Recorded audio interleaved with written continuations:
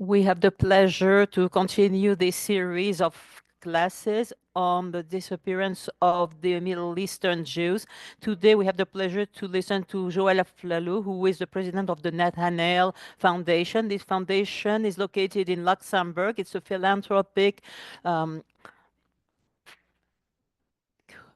that promote justice in word by preserving the Jewish patrimony, construction of synagogues, for instance, or assistance for the promotion of the rabbinical activity. Madame Aflalo is also a founding member of the JJ and delegated enterprise computer enterprise Jesman. She's also the founding member of it, and she's also vice president of the Conference of European Rabbis and chairs the Consulting International Council of the Boris Mintz Institute for the Strategic Political Solution to the challenges within the Tel Aviv University. She has a biology and geology master's from the University Mohammed V from Rabat in Morocco. Madame Aflalo, we are listening to you with pleasure. For the attendants, we can exchange questions later. Do not hesitate to post them in the chat as we go. You will be invited to talk about them to Madame Aflalo at the end of this presentation. Thank you very much. Hello, good morning, good afternoon, good evening, depending where you are. Joël Cotet asked me to participate in this cycle. And although I am neither a historian nor an expert on the subjects we're talking about, he assured me that my testimony would be likely to interest you. It reminded me that history sometimes need some small stories, ordinary people such as myself, in order to give light on the big history. As in all movies and novels, it's easier to listen when we talk about a personal history rather than a general history, a mass history that's a little cold. So this is being done through the lens of an ordinary person. Therefore, this is a personal testimony based on my memories, such as they are being transmitted within the family. And I can try to apply myself. First of all, I'm going to start to tell you who I am. I was born in Fez, in Morocco, in a Jewish family, what we call a traditional family. That is to say, we kept kosher, we observed Shabbat and the Jewish holidays. But this always happened in a joyful atmosphere.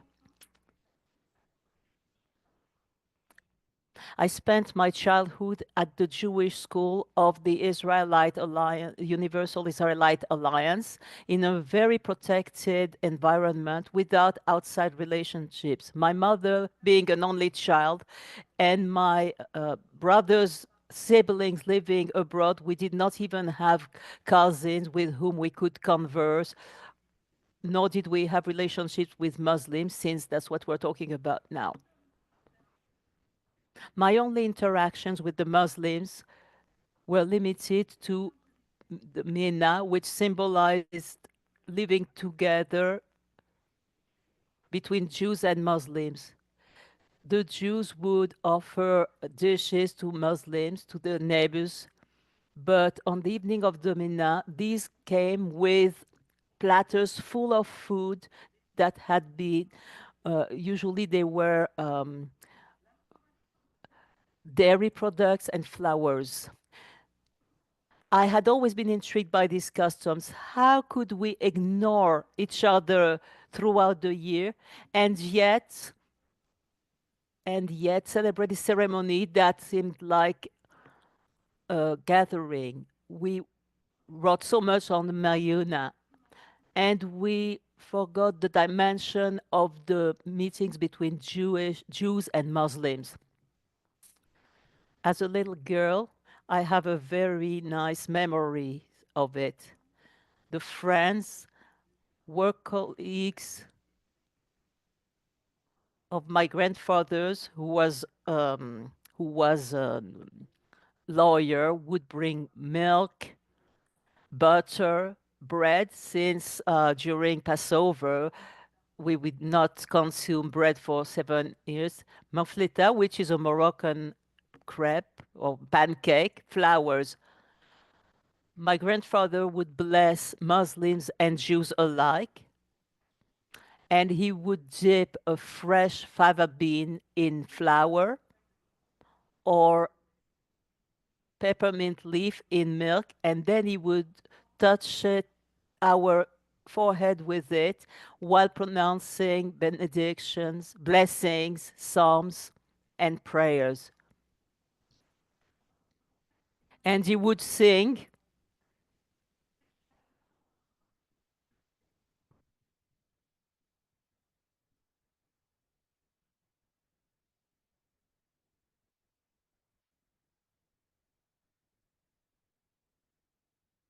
I could not translate that in English, but I can do it in English. Because through me, your days will be multiplied and the years of your life will increase.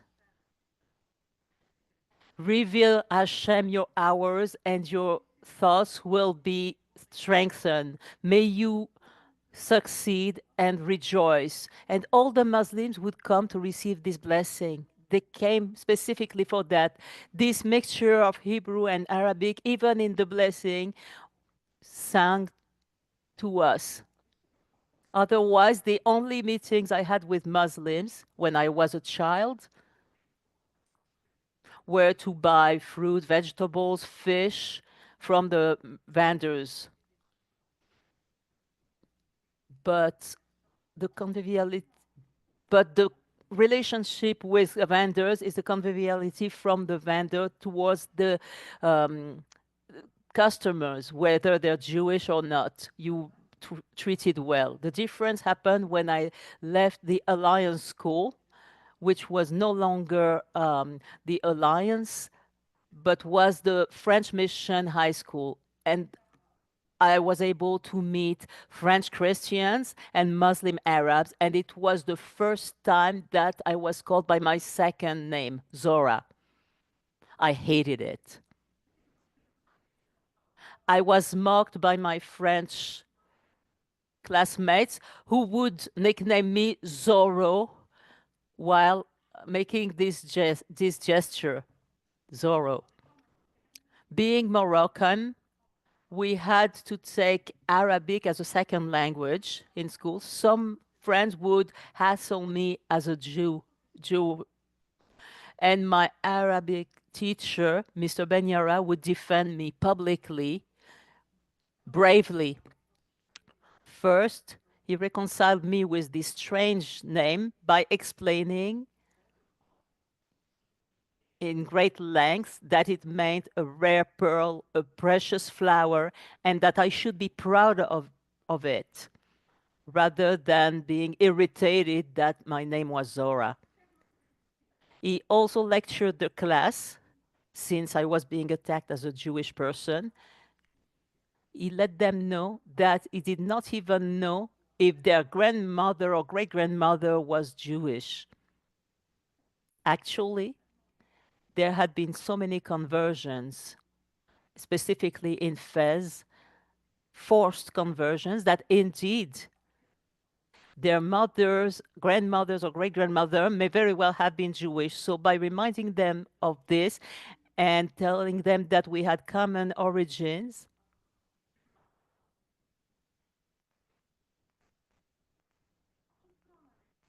by defending an isolated Jewess, he showed me the difference of behavior of Dima and that I shouldn't be hopeless. There was always nice people here and there. I have a I think of him fondly for enlightening me and defending me. When I was a teenager, my relationship with Muslims was dictated by fear. Maybe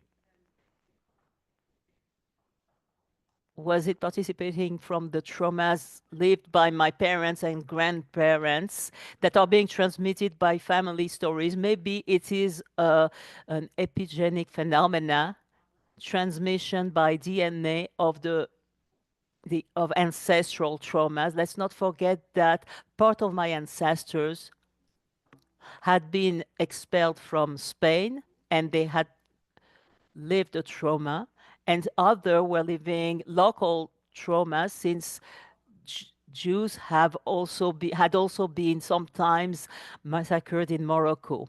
So it's in your DNA. But I only heard about this recently after the story of the hostages. I was wondering why we were so sensitive to the 7th of October and this barbarian acts. And I was trying to explain that to journalists. And then I was enlightened as to the fact that trauma is being transmitted not just through readings or family stories, but through DNA. And that I understood better why some were more sensitive to some traumas. It's transmissible. So we lived in the story of the Dinmitude. Sure, that explain what it is. It's to be protected, but according to the goodwill of the Moroccans who were willing to protect us. But above all, because of the events of 2012 in Fez, the Jewish adults I would meet would always talk about the Muslims' behaviors towards them. They forbade them to stay on the same pavement if they walked past them. They were not used to wear shoes outside of the Mela perimeters, which is the Jewish area. They would be beaten or spat out with no reason around the corner of a street. They were not used to ride a horse. That's a detail, but it was important to my grandfather. So he was very hurt by this. The word Jew was considered as a foul word. The expression hashak, which means in French, in English, for all the respect I owe you, or excuse me, this expression was added to the word Jew in order to not offend the person you were speaking to. It's as if you were talking about excrements. You said, I'm sorry, I'm talking about something that's dirty. The only fact of using the word Jew must have been accompanied by chashak. And to call someone a Jew was an ultimate insult.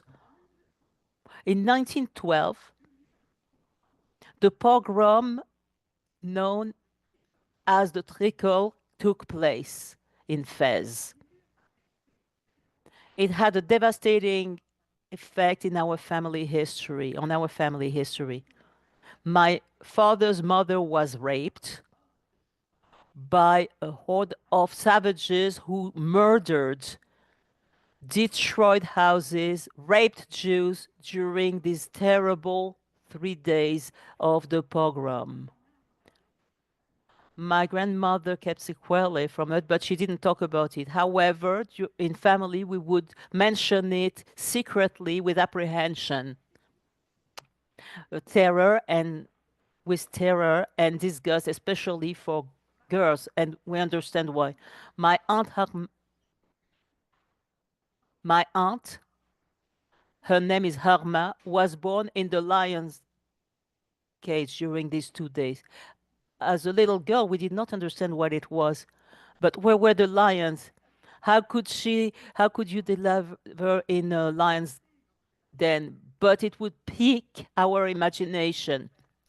In fact, the king had opened the doors of his palace to help these poor people who were lucky enough to seek refuge there. Needless to say, there were no more lions, so it was the court, the yard. And that's where she delivered her baby. In our family history, the fault was on the French people who had excited the crowd and opened the doors of Mela to justify later their intervention. Fez has another interesting story in terms of the young girls and the conversion and the forced conversions. The Fez young girls was particularly marked by the history of Anna Sulika. Anna Sulika had been kidnapped by Muslims. They claimed that she had converted to Islam and that she had then abjured, which was not true. And so they wanted to force her to convert. And since she did not want to do so, she was decapitated on the public square because she refused to convert.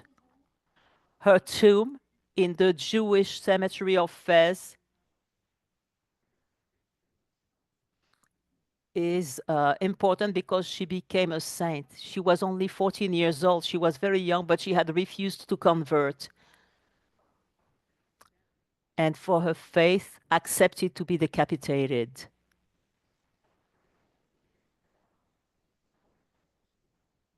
So, as I was mentioning earlier, forced conversion was a thing, especially for young women. As a young girl, I was scared. The young girl that I was always afraid to walk on the street because I was often hassled by gangs who touched us, who ill-treated us. I learned to navigate and to run, to never look, to make eye contact, to lower my look. I had a friend who was pursued unfairly because she defended herself against being touched. She had been insulted and she had been locked, and we had a hard time to get her out of the police station where she was in detention. I won't tell you the rest. All of this would really put us into a panic, learning to not react because you're afraid of the consequences. I also lived the fact that one day one of my classmates in front of the others was waiting for the king to die so he could rape me in all peacefully. When you're 14, it's hard. But I must say that another friend got up who was also Muslim and defended me. Once again, someone who acted differently and who was brave enough to defend me. My French classmates, all in all, were cowards and hypocrites. For instance, my father at work had been threatened by his French employers who were former Nazis and who told him he made soap with Jews. So we lived with this sort of stories in this environmental stress. I remember it was in my homeroom class. It was very brief, but it existed. I wanted to become a Muslim so that I would be like everybody else. It only lasted, a few minutes, if that. But I remember it because it was very striking. And I resisted, of course. And I told myself, I'm different. And I take responsibility for my specificity. I'm Jewish in a world where everybody's Muslim, but that's okay. I'll do with it. And then in college, I graduated high school very young, and in order to go to college, you had to go to Rabat. In Fez, I was at my parents, and I was fed and sheltered. In Rabat, I needed a grant, and I deserved it, so I applied for it. I was received by a very nice gentleman who explained to me that in order to get this grant, I had to sign a contract that would force me to work for 8 years for the Moroccan government. When he saw I was surprised, why should I be treated differently from the other? He was very open. He said, honestly, I was I was Jewish and that the Jews were meant to leave, and that he could not lie to me as to the reason of her refusal or his demand to sign a contract. I did not want to commit for such a long time. And not knowing what my future would hold, he thanked me for my honesty and of the fact that I was not vindictive towards him, and told me to not regret to tell the truth. And he even gave me a rose. I was very moved by his gesture and his honesty towards me. He could have told me a lie, but he told me the truth. The history of the position of the Jews was ongoing between fear and the orientation of the authorities to differentiate between Jews and non-Jews. In Rabat as well, when I was in college, I saw the fear of the events of Skirat and the attempt against the king. I don't know if you know that Kirat is a town near Rabat where there were murder attempts against the king. But that was another story where I lived something quite interesting. The king was supposed to be a protector of his Jewish subjects. In our family history and of the Jews in general, we felt protected by the king. The crowd scared us. We were starting to not see a future in Morocco for the Jews. Every event in Israel would have repercussion on the street, in the form of riots. We lived with our shutters closed. We were not allowed to go out in the street while the rioters were screaming outside. And my mother every time said, "This ends and we'll leave, we'll leave." Okay. Another dramatic event was lived by our family. I cannot talk about it in details, but it was very, very, very serious. My father had the courage to wear to bring this matter in front of the court. The first decision of the court was to not accept a certificate of invalidity by a doctor because that doctor was Jewish. But my father didn't stop there. He went to see a Muslim doctor. He was outraged by the decision of the court and, of course, confirmed and even increased the days of invalidity. So the court found another fake reason to turn us down. I remember what my father said exactly. We cannot stay in a country that does not apply justice.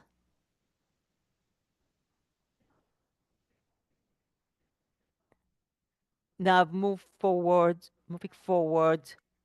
to our trip to Belgium.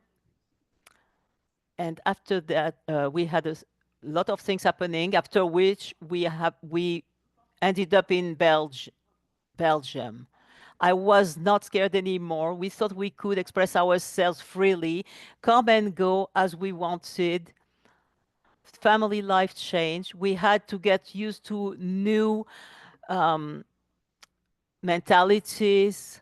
The streets didn't seem as dangerous. We seemed to be able to speak more freely. We discovered another community, its elements, its synagogues, its rituals, and I discovered you could be um, Jewish without being religious. And I lacked all these melting pots and all these meetings because I was able to answer, I was able to express myself. The most devastating meeting was with the Shoah survivors, and to see this terrible genocide. I worked for the Center of the Young Jews in Brussels, and it opens many horizons for me on the future of what I've been doing for the last 20 years. And I met some extraordinary people, such as like those who were philanthropes in Morocco. And I did not met them in Morocco. I met them in Belgium. What to say about now? What has become of Morocco in my life now? Morocco is now a pilgrimage territory for the descendant of the Moroccan Jews to go back there, to go on pilgrimage on the saints' graves, to spend their vacation there. The peace agreement between Israel and Morocco encourage exchanges in all sorts of domains. Maternal Foundation, we support exchanges between universities. We edit books, we publish books, we do a lot of things in Morocco for Jewish people, for their culture. The Jews living in Morocco want to preserve their patrimony, their Moroccan Jewish patrimony. I am proud to belong to the Moroccan people, to have a Moroccan Jewish patrimony, and of the role that the king um, plays. It does a lot for us. I also follow the evolution, the positive evolution of women in Morocco, and I will do everything in my power to encourage this agreement between Jews and Arabs. And in Morocco, I specify Morocco. I cannot say it's the same thing in other countries. In Morocco, it's still possible. I am always welcome in Morocco, whether by officials, people, ordinary people who always welcomed me. Now, I want to conclude by saying that the situation, the prevailing situation in Belgium and other European countries is worsening, and it's making me scared again, just as I was when I was a child and a teenager. And it pushes us to look for new destinations for a Jewish life that I can't call protected. Look at synagogues and schools in this European country. We're living like animals in a zoo. In order to protect us, we have to be locked with cages around us. So they're not just Moroccan memories. I hope I won't have the same memories in Europe tomorrow. Thank you for listening to me. I'm done. Thank you. Thank you very much. I loved your presentation. Thank you very much. Among the attendants, are there any questions from anybody? Jöelle, maybe, Monsieur Kotek, or Pierre Bacry. Please unmute your microphone. Yes, I had muted to not bother anybody. Thank you very much for this intervention. It's very I'm from Algeria, so it's a completely different situation. I'd like to have more specification on the dates because I did not quite understand in your expose what were the years. The first return, yes, that was from my grandmother. And what about Belgium? When I arrived in Belgium, when did I arrive in Belgium, and how were you able to go to Belgium? Did you use your Moroccan citizenship, or what did you do? Well, it's very interesting since you wanted to know. That's very sweet. Actually, we were a lot of children in my family, just a regular family, and our vacation would take place at the swimming pool. And at the swimming pool, I met a gentleman, Monsieur Ben Reby from Belgium, who who chatted with me, who discovered I was Jewish, and he said, "Oh, but you cannot stay in Morocco. You're Jewish, etc." I said, "Well, listen, we can't afford to go anywhere. We can't leave. What shall we do?" And he said, I'll give a job to your father." And I said, "Do you want to come to dinner at home tonight?" And he came, and he gave my father a job in Belgium. And I went and did the paperwork in Belgium as a Moroccan citizen, and my father as well. And when we did the paperwork for work, etc., he went there, the family followed, and we had our Belgian papers thanks to this gentleman. And what year was that? 1973. 73. And indeed, I met the whole Jewish community in Belgium, and I loved them, like Maître Baudes and all these people who taught me a different form of Judaism. I met other people, and it opened new horizons for me. It was very interesting to meet the other Jews because, in my opinion, a Jew was a Jew. I didn't see the difference, and I learned to. But as I was saying earlier, free speech enabled me to tell these Ashkenazi who told me that Sephardis were subhumans. I would tell them how it was. I was not afraid to do so. Monsieur Bakri, do you have another question? No, no, I don't want to monopolize the conversation. I think Joel wants to say something. Yes, thank you. It was absolutely riveting because we don't know your story, your history very well. But Moroccan Judaism, from what I know, was also multi-Judaism. There were very big disparities between the Jews from Fez, the Jews from Casablanca, and you also have the Jews from the mountains. What were your relationship? Did you have any relationship with this mosaic of Judaism? No, not for me, because as I was saying, we lived in a closed environment in Fez because of the family configuration, and I was unable to leave Fez only when I started college. And the Jews who lived in the mountains or other Jews, we never met. We call them the Schle, which is a slang word for German. With Professor Chetrit, for instance, from the Haifa University, who did a lot of work on all these forms of Judaism, and with Paul Dahan, as you have in Brussels with the Jewish Museum, and I support him. I support it. Who, as a man, was lucky enough to be able to travel freely and to visit and to meet and to speak with people, and he spoke Arabic fluently. So men had more interactions.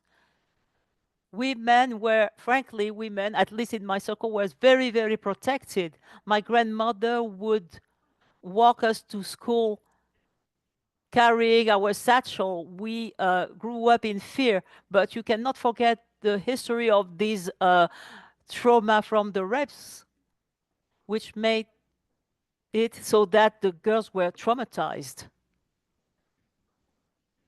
I'd like to piggyback on this question because we have a question in the chat, Mr. Farhat. If you don't mind, can we answer Joe Murciano's question, who's asking Madame Aflalo, how can you be optimistic as to the future of the Jewish-Moroccan relationship when all the history of Moroccan Judaism comes down to pogroms, humiliation, and especially this unacceptable hymn status throughout our story? I imagine Mr. Murciano is also Moroccan.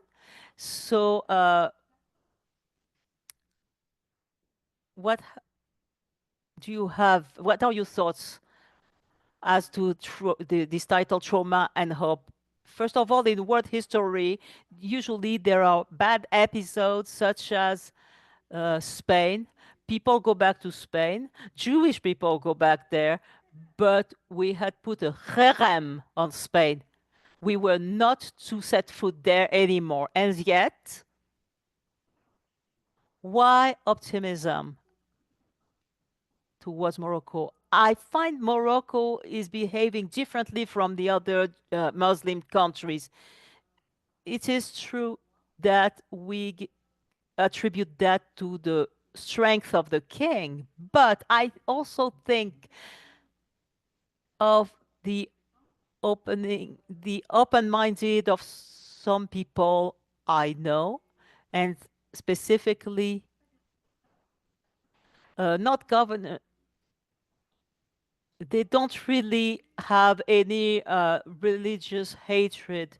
My best friend, for instance, in Morocco, is the Sufi chef Nabil Baraka, and Morocco also has a lot of Sufis. They're not all Sunnites. They're basically Sufis, and the Jahuyas are songs and psalms. And I received a blessing in Tangier. It was midnight. I was the only woman, the only Jewish person, and all the Arabs came up here, and they gave me a blessing that even rabbis never gave me. So powerful was it coming from your heart and your soul. So I think that the human beings there, there's a hope to work if you don't have all these media that we have in Belgium. How can you say Europe, Poland, Germany, we live this sort of thing? So we either accept to, don't want to say to turn the page because you can't forget it, uh, but I think we should try to understand each other. And I have a good hope uh, with Morocco. Dimnit should also change with the intervention of the alliance of art of the French people in a different way to see things evolve. Do they still want us there in Morocco? Thank you for this answer, Mr. Faresh. Yes, I cannot turn on my webcam, so I'm sorry, but can you hear me? Yes, we hear you very well. Yes, handsome stranger. Yes, I'm very handsome. It's the I'm from Tangiers, in 1953, born in 1953. I was wondering if you have been tempted, just like I was, and as Pierre Assouline was, by the uh, offers of King Juan Carlos 500 years after their deportation from Spain. And I have some Spanish origin. Yes, I can see this mixture. The first words I said were Spanish words, and I was wondering if you spoke Spanish too. A little bit, yes. And I don't know if you know Paloma Vanessa Elbaz. She did an extraordinary job on the Jewish Latino origin in Morocco. She did some research for 15 years. We did a huge job. So what was your question? I wanted to know if you had been tempted by to become Spanish. Yes, absolutely.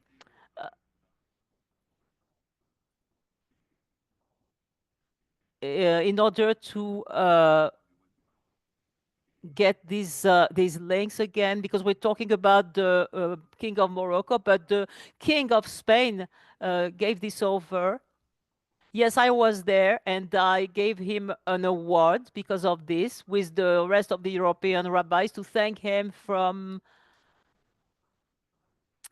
um, reinstating education in schools of Jews. The king has no powers. And in Spain, the parliament varies just like in other countries. I have never been tempted to become Spanish because I became Belgian when I left Morocco. And I was very happy to be accepted there and that they would give me their citizenship. But then, of course, there were so many things happening in Belgium, and that will be the subject of another class.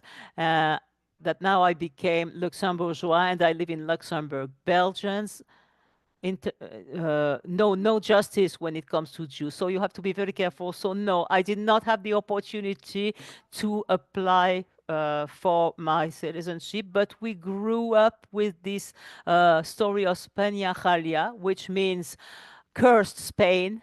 We had the Khiden. It was transmitted from generation to generation. We should not go back to Spain. That was the story. Now,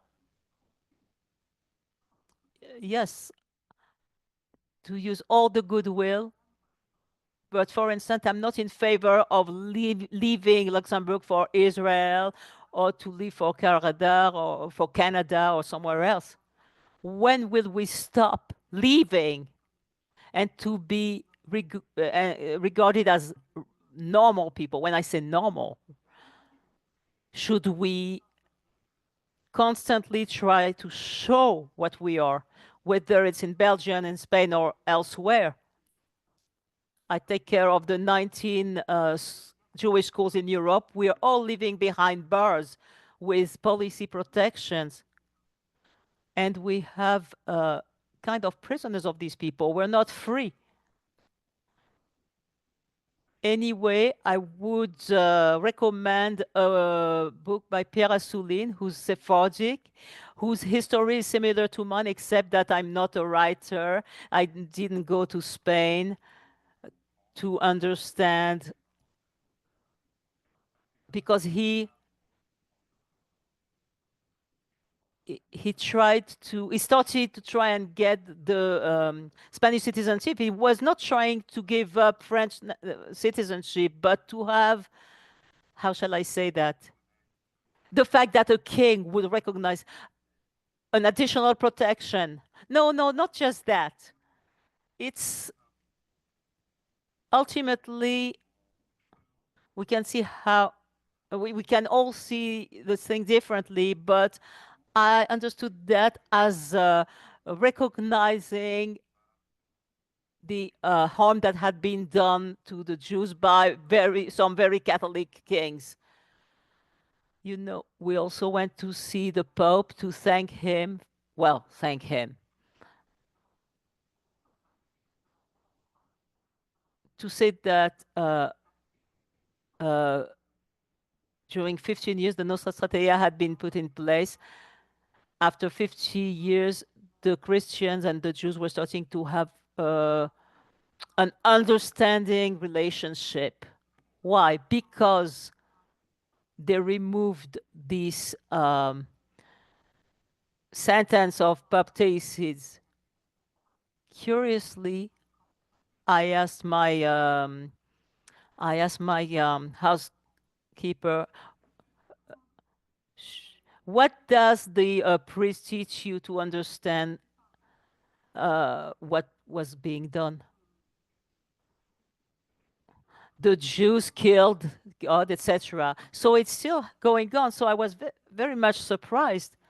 It means that it's going to take generations to change the mentalities. And so even this woman's parents told her, "Oh my God, you work for Jews, for Jewish people."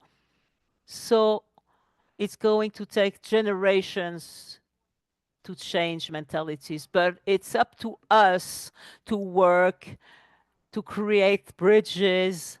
As I always joke, they like Jewish people dead. They like to go and visit stigmats, cemeteries. They don't want to see living Jews. It's amazing. Sometimes I feel hopeless. But when I see the King of Morocco trying to rehab Jewish sites from his own money, I find this amazing. I'd like to piggyback on this because that's a question I was asking you while you were speaking. How do you explain this protection, or maybe this love, maybe I can use this word, of the king and the popular defiance that you described earlier? Do you have an explanation? Yes, it's always it's the usual story. The people listen, hears the people hear different story from knowing people, especially back then. It was already, about Israel, that was already the problem. And I would say that my parents, for instance, suffered more from the French than from the Muslims. My great parents more from the Muslims, obviously. So I think that the problem of the media that we see nowadays, the social media at the time were what mothers or grandmothers who would pass on this hatred for Jewish people orally. It doesn't mean they would go out with knives and look for the Jews. No. So for you, it's a matter of education. Yes. But it takes a long time. That's what I was saying for the Christians. So you cannot think that this is going to happen within one generation. It's going to take multiple generations. But we Jews know that we have been living, experiencing that for 3,000 years. But there's no hatred in my heart. I respond to hatred with love, and our role, at least myself as a Jew, I want to try and improve the world. It's my little seed that I plant. Do I do it well? Do I not do it well? But in any way, I plant the seed, and then what will grow out, we'll see.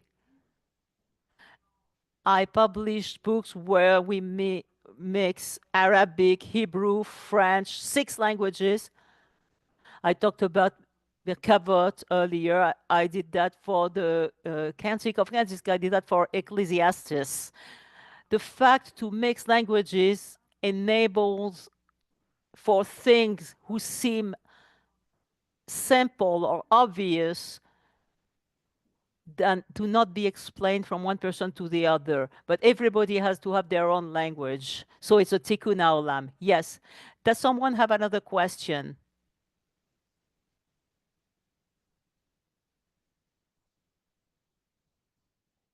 No one? So I have another one. What interested me in your testimony was your feminine perspective. Somehow, do you think that nowadays the conditions of the few Jewish women who remained in Morocco improved versus in your generation, or do you think that it deteriorated? No. Uh, Women in general in Arabic countries were not well treated. And I think that they really made a lot of progress in Morocco if you follow the laws and the parliament. Honestly, there's been quite an evolution in this matter. There's always more to do, but it's evolved quite a bit. So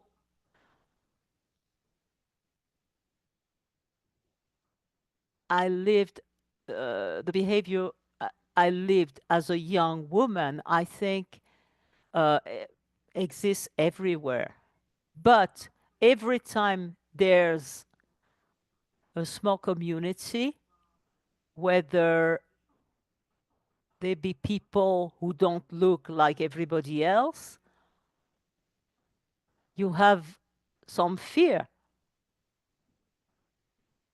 Sometimes it made me laugh because some French people emigrate to Israel and they think there are no Arabs there. And when they discover that there are Arabs who live normally, they're both scared and they say, well, did we leave to be to not be different? Well, we'll have to live with it. So it goes through education, and I think that as long as there are people like Mr. Benyakan who speaks out and who say, I don't agree with you, you don't even know whether your grandmother was Jewish, etc., it means that there are still human beings who are still willing to speak out. Thank you for this answer. We have Luz Cadranin who has a question. Don't hesitate to unmute. It's unmuted, I think. Okay, perfect. Well, we can hear you. I just wanted to make a comment regarding Spain. With my old job, I had the opportunity to go to Spain about 25 years ago, and I met some corporate people, and I was talking to them in Jewish Spanish, and they said, "We can understand you." And I said, "Oh my God, there are a lot of mistakes." And they were really, actually, they were very excited to meet someone who spoke the language of their ancestors. So I was welcomed there. Thank you. Sometimes when you have cultural exchanges, it always works.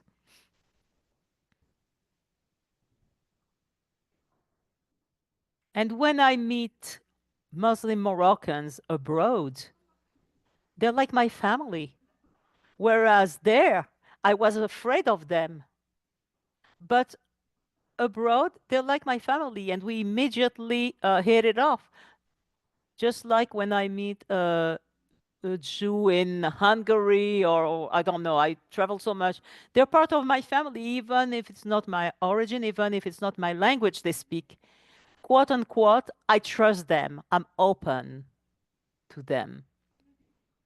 As I mentioned, I think that the crowd is always scary. Crowds are always scary. So for you, it's from individual to individual that you can weave optimism. And then depending on the strength of these people or the policies they may implement, it can make a difference. As I said when I met the Pope, I told him, but if all the churches in the world said no barbaric acts and no hostages, there's no choice between Jews, Palestinians, Israelis. They're just humans. It's not difficult to say that. People are always trying to see beyond the human aspect. Okay, Marcia, I think we're done. At least it's time. Thank you very much for your wonderful testimony. Thank you also to the attendant. The next class is in 2 weeks, and we will close the video. Thank you, everyone, and have a good evening. Thank you, and have a good evening. Goodbye. Goodbye.